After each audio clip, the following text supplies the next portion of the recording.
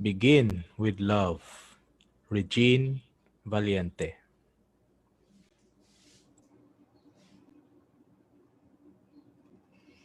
The water is always deeper than what it reflects. Mr. Condister, my fellow Toastmasters, let me tell you a story. I met this kid 4 years ago. I was a Sunday school teacher handling the 3 to 5-year-old division.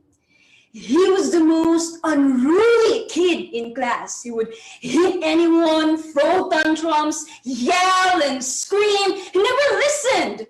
He was moody and grumpy and he made me insane.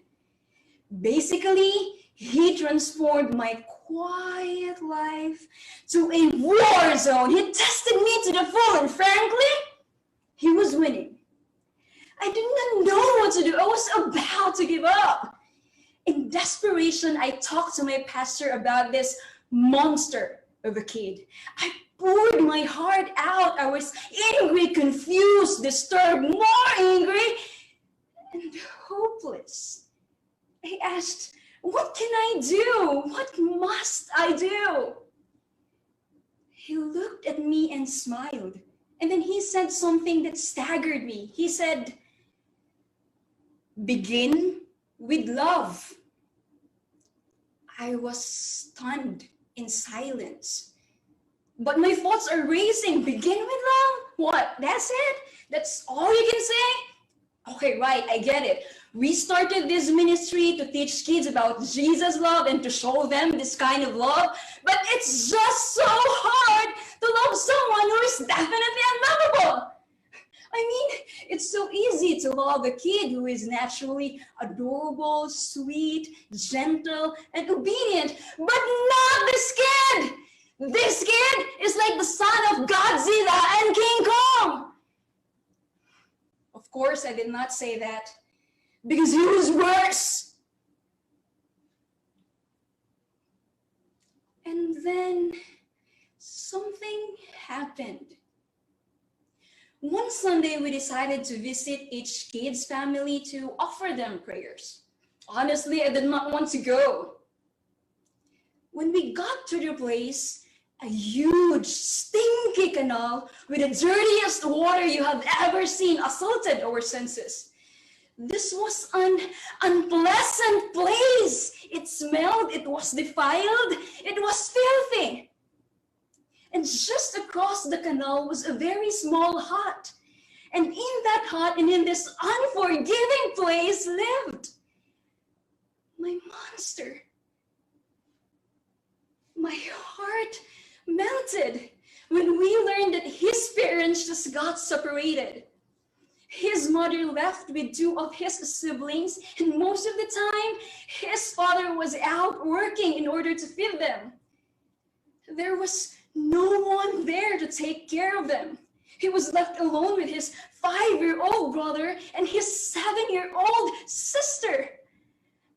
I was crushed.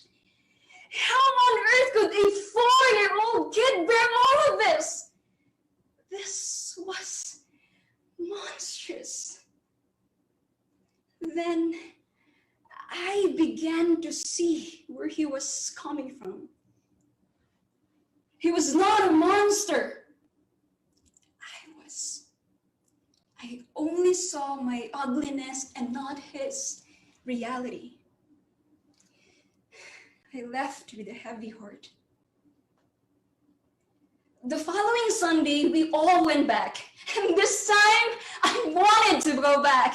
I found him very grimy and disheveled, so I washed his face, his hands, and his feet, and asked him to change his clothes. As he was running towards me, he did a simple, amazing thing that hit me to the core. He smiled. And I could not understand what I was feeling, but I knew that this was no monster running towards me. This was me seeing him for the first time. Sure, Clinton was still unruly and dirty, but this monster of a kid touched my heart with His smile, His strength, and His grace. Most of the time, we begin with judgment, not acceptance. We begin with doubt, not trust. And we begin with hate, not love. We begin what we see and not what is reality. My pastor was right. We begin with love. We must begin with love. In this world of darkness, we can shed a light if we can just begin with love. Each person has a different story, and yet all our stories are the same.